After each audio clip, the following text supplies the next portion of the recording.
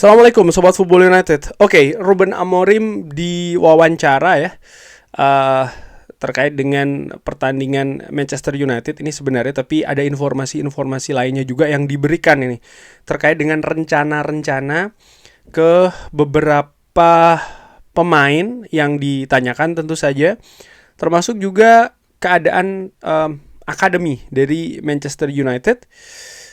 Ada pemain-pemain juga yang saat ini tidak berada di Manchester United, misalnya Rasmus Højlund ya, dia memberikan semacam kayak apa yang direncanakan sebenarnya terkait dengan sang pemain dan juga posisinya, yang banyak juga ditanyakan ya kan oleh fans Manchester United, termasuk misalnya juga oleh Sobat Football United. Oke, langsung aja gue ingin ke Kobbie Mainoo dan juga Joshua Zirkzee. Oke, seperti apa ini? Klub ditempatkan di tempat pertama, itu adalah prioritas nomor satu. Jadi Ruben Amorim melihat ya kepentingan ini adalah kepentingan klub dulu, baru lain-lainnya.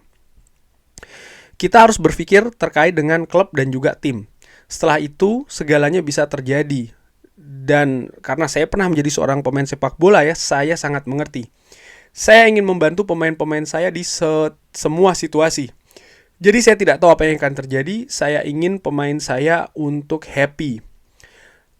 Saya mengerti ada frustrasi kepada beberapa pemain ya, apalagi Piala Dunia ini semakin dekat.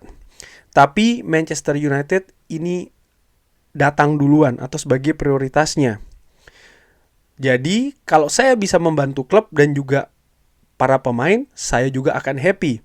Sebaliknya saya harus berpikir tentang tim. Jadi ini sekaligus mempertegas sih menurut gue ya, bahwa Kobbie Mainoo misalnya, Joshua Zirkzee ingin mendapatkan menit bermain yang lebih banyak untuk bisa menambah peluang mereka ya, untuk bisa masuk ke skuad Piala Dunia di masing-masing negaranya, di Inggris dan juga di Belanda. Tapi Ruben Amorim secara jelas mengatakan klub adalah, bagi dia, perspektif dia sebagai head coach Manchester United, klub adalah yang utama. Dan ini sangat masuk akal sekali, sehingga seperti juga diinformasikan di banyak media, salah satunya oleh Fabrizio Romano juga, menyebutkan bahwa ya Ruben Amorim tidak ingin dua pemain ini lepas. Kenapa? Ya ketika mereka ini lepas, maka ada kedalaman skuad yang tertinggal, ada kedalaman skuad juga yang berkurang, di mana kalau kita melihat ya di bulan Januari sampai dengan bulan Mei ini kan fase kedua dari Premier League, kompetisi Liga Inggris, fase yang sangat menentukan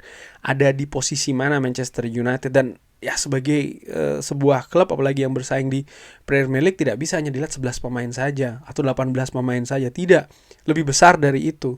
Dan dalam skuad sendiri itu juga ada rotasi, ada backup, ada kompetisi, dan lain-lain. Dimana ini juga sebuah merupakan konsekuensi dari pemain Manchester United itu sendiri. Dan situasi dengan Kobbie Mainoo serta Joshua Zirkzee memang saat ini tidak dalam keadaan yang menempatkan mereka sebagai pilihan pertama ya kan. Tapi persaingan ini merupakan bagian dari sehari-hari di Manchester United, dari dulu pun juga seperti itu. Ditambah juga ya kita tidak pernah tahu apa yang akan terjadi dengan pemain-pemain yang saat ini mengisi posisi tengah ataupun posisi gelandang serang ataupun juga striker. Nah ini sangat make sense, sangat masuk akal. Akhirnya Ruben Amorim juga tidak ingin ketinggalan ataupun kehilangan dua pemain ini. Dan kalau pemain ini cabut di bursa transfer musim dingin, Ruben Amorim juga butuh penggantinya, dan untuk mencari penggantian ini kan tidak mudah juga ya di keadaan yang sempit. Jadi tidak sesimpel lepas saja A, B, datangkan C, D, seakan-akan kayak jual beli barang di pasar ataupun di warung, kan tidak seperti itu gitu keadaannya. Harus juga berpikir tentang rencana-rencana jangka menengah dan juga jangka panjang tentu saja, tidak hanya musim ini saja gitu kurang lebih ya. Jadi sangat make sense, sangat masuk akal menurut gue Ruben Amorim menginginkan dua pemain ini tetap stay. Lalu Ruben Amorim juga memberikan pendapat terkait dengan Chido Obi. Tentu saja Chido Obi ini merupakan sebuah pilihan. Dia bermain tahun lalu, tapi saya pikir ketika itu terlalu awal ya, terlalu terburu-buru, kurang lebih seperti itu. Kita tidak memiliki tim untuk mengintegrasikan seorang pemain berusia 16 tahun dan tanpa mengalami kesulitan-kesulitan, atau paling tidak dibuat sedikit ya kesulitan tersebut. Jadi tidak ada hal tersebut, dan ini yang menciptakan akhirnya gap yang terlalu dalam antara Chido Obi dan juga skuad utama Manchester United. Dia bermain terlalu awal dan kadang-kadang ini sulit untuk mengatur pemain muda karena mereka berpikir saya sudah siap ya. Tidak, mereka belum ada di level tersebut. Dan kita juga harus hati-hati tentang pemain-pemain muda. Sepakat gue. Jadi kalau di sosial media terutama ya, gue banyak sekali membaca ataupun mendengar podcast-podcast di manapun sebenarnya yang mengatakan oke, ada kesulitan di posisi A, B, C. Kita punya pemain akademi, kita punya pemain muda. Seperti musim lalu ketika ada permasalahan di lini depan, oke, Chido Obi adalah solusinya. Chido Obi adalah solusinya. Ternyata Chido Obi bukan solusinya, dan itu sudah gue katakan. Chido Obi masih sangat muda dan ketika dimainkan pun masih terlihat sangat mentah ya. Dan ini juga menurut gue sebuah pengetahuan ataupun juga sebuah informasi yang menarik untuk gue ya, bukan untuk siapa-siapa, untuk gue. Gue melihat bahwa ya memang pemain muda seperti ini gitu. Tidak bisa secara mudah dikatakan oke, dia sudah siap, ayo turunkan, ayo coba saja apalagi, karena salah-salah justru bisa fatal akibatnya bagi perkembangan pemain muda itu sendiri. Dan apakah musim ini misalnya dia akan diberi kepercayaan lagi? Menurut gue kalau situasi Manchester United lebih stabil ya, keadaan lebih solid, mungkin dia akan mendapatkan kesempatan tersebut walaupun tidak dalam menit yang sangat banyak. Misalnya musim lalu sebagai starter, gue tidak melihat ada kemungkinan tersebut terjadi musim ini. Mungkin musim depan kalau Manchester United berlaga di kompetisi Eropa di mana kedalaman skuad akan lebih dibutuhkan, dia akan lebih memiliki kesempatan, mungkin dilibatkan di pertandingan sebagai pemain pengganti ataupun hanya duduk di bangku cadangan atau juga dimainkan. Menurut gue itu bisa lebih terbuka. Apakah dipinjamkan merupakan sebuah opsi? Tentu saja merupakan sebuah opsi, tapi gue menilai kayaknya dia akan lebih diprioritaskan untuk tetap bersama Manchester United secara internal ya. Dan terkait dengan situasi pemain akademi, Ruben Amorim mengatakan ini bukan saya ya yang harus mempersiapkan akademi. Ada orang-orang yang punya kewajiban di hal tersebut. Kita memberikan mereka atensi yang lebih dan kita berdiskusi dengan mereka. Ini sangat penting untuk bertukar informasi tentang pemain-pemain, apa yang mereka butuhkan dan bagaimana tingkah laku mereka. Untuk seorang pemain muda yang dipanggil ke tim utama harus memiliki tingkah laku yang sangat bagus. Ini sangat penting. Saya menghabiskan sangat banyak waktu ya dengan mereka di latihan, sehingga saya memiliki kepercayaan diri yang lebih dengan mereka. Ketika kita memainkan pemain-pemain muda di Premier League, mereka akan mendapatkan kesulitan-kesulitan, tapi saya pikir mereka akan mendapatkan lebih sedikit kesulitan. Semua orang di akademi ini melakukan pekerjaan yang sangat luar biasa saat ini, kurang lebih seperti itu. Dan ya seperti gue katakan tadi sebelumnya, memang tidak bisa secara mudah saja diberikan. Ada banyak hal yang harus diperhatikan karena pada intinya pemain muda atau pemain akademi adalah pemain yang dipersiapkan untuk masa mendatang. Agak belibet, masa mendatang. Bang, di klub lain bang, ada pemain-pemain muda usia 18, 19, bahkan ada mungkin yang juga usia 17. Mereka bisa tuh tampil di tim utama. Mereka bisa tuh langsung berperforma luar biasa. Klubnya berbeda. Mereka sudah jauh lebih solid. Itu biasanya keadaannya. Berbeda dengan Manchester United yang melakukan perombakan di manajemen. Harus ditentukan dulu filosofi sistem permainan dari bawah sampai atas akan seperti apa. Lalu juga tidak kalah penting, harus menciptakan karakter, mental kolektif secara klub. Sehingga kalau pemain muda diintegrasikan ke tim utama, dia tetap bisa bertingkah laku yang baik. Dia tetap bisa memiliki karakter yang juga positif. Ini penting. Bayangkan seorang pemain muda berusia 17-18 tahun diberikan kesempatan di tim utama, akan ada banyak situasi yang terjadi dalam hidupnya. Mungkin tawaran dari sponsor, mungkin tawaran dari banyak pihak ya menurut gue, yang bisa saja mengalihkan konsentrasinya dari sepak bola ke hal lainnya, di mana dia masih dalam tahap perkembangan sebenarnya. Coba bayangkan, ini kan bisa menjadi sesuatu yang sangat membahayakan untuk pemain itu sendiri dan juga klub ya secara garis besar. Sehingga ini dulu yang harus ditentukan. Jadi tidak dengan secara mudah saja sekali lagi memberikan kesempatan kepada pemain-pemain muda yang Jika klub belum siap, apalagi pemain tersebut juga belum pas ya, jangan dipaksakan. Keadaan dari klub-klub lain mungkin mereka jauh lebih solid, baik itu dari sisi manajemen yang sudah lama terbentuk, dan mereka sudah lebih punya identitas sebagai sebuah klub ya, karakternya seperti apa, sehingga pemain muda yang diintegrasikan ke tim utama ya, dia yang ngikut dengan karakter klub itu, dengan karakter skuad utamanya. Jadi dia punya kemungkinan yang sangat kecil misalnya untuk melenceng ke kanan dan juga ke kiri. Dan menurut gue saat ini keadaan di Manchester United masih belum ideal. Ya. Dan ada 2 informasi lagi, yaitu tentang Rasmus Højlund.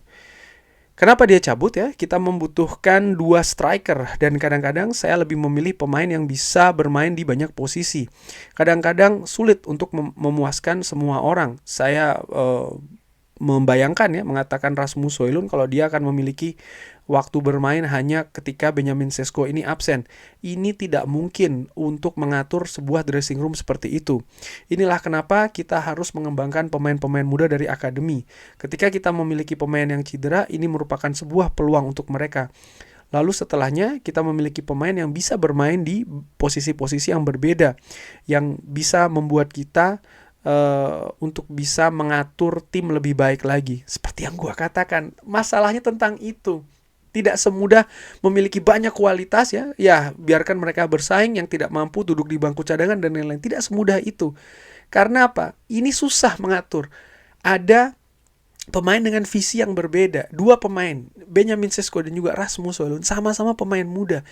Tujuannya sama, visinya sama, secara pribadi, secara personal. Dan ini memiliki hal yang terlalu identik seperti ini ya, menurut gue ini tidak sangat-sangat tidak ideal, baik itu untuk Benjamin Sesko dan juga untuk Rasmus Højlund. Bisa-bisa ini akan menciptakan sebuah toksik lainnya. Jadi bukan hanya salah pemain jika memang ada keadaan toksik dalam tanda kutip di dressing room ya, bisa jadi juga bagaimana atmosfer di dressing room itu sendiri diciptakan dengan keadaan yang toksik. Tidak banyak menganalisa keputusan-keputusan yang diambil gitu loh. Jadi menurut gue ini juga bisa berakibat yang tidak baik bagi skuad itu sendiri, sehingga harus sangat-sangat diatur. Oleh karena itulah Ruben Amorim berkata di sini ini merupakan sebuah peluang bagi pemain dari akademi ya misalnya, tapi gue melihat juga pilihan lain bisa dari pemain senior, misalnya pemain yang memang sudah memiliki pengalaman, pemain yang tidak masalah dijadikan pilihan kedua ya kan, tapi bisa memberikan impact yang maksimal, bisa juga menjadi contoh ya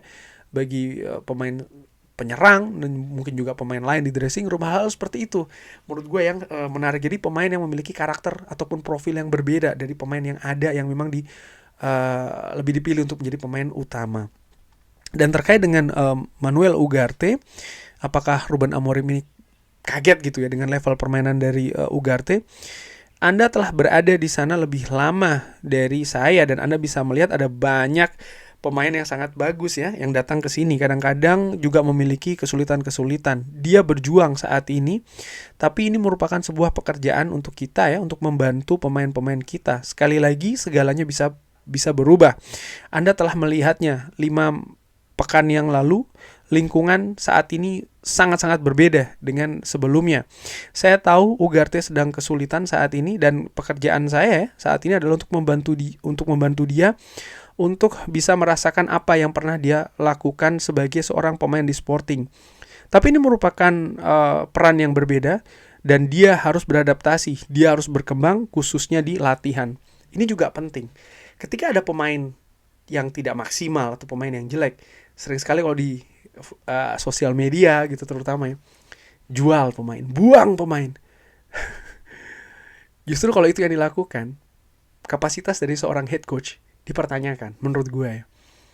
Justru menurut gue head coach yang bagus atau bahkan manajer yang luar biasa adalah manajer yang bisa membangkitkan talenta-talenta yang tadinya tidak berkembang atau tidak berperforma secara baik ya, bisa dibuat berubah dan bermain dengan kapasitas yang berbeda, yang lebih tinggi lagi.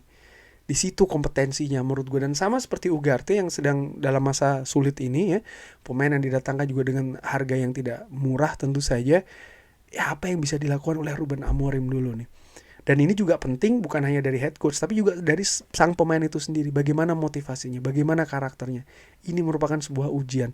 Tentu saja ketika keadaannya tidak bisa berubah lagi, alias misalnya jalan buntu ataupun mentok, ya dilepas adalah solusinya. Tapi sampai itu yang terjadi, menurut gue ya ini harus diusahakan dulu, harus dicoba dulu, karena ini merupakan pekerjaan atau tugas utama dari head coach itu sendiri. Kurang lebih seperti itu Sobat Football United. Bagaimana? Ada pendapat lain seperti biasa silahkan drop di kolom komen. Terima kasih sudah menyaksikan. Jangan lupa like, sholat, dan juga subscribe. Wassalamualaikum warahmatullahi wabarakatuh. Thank you.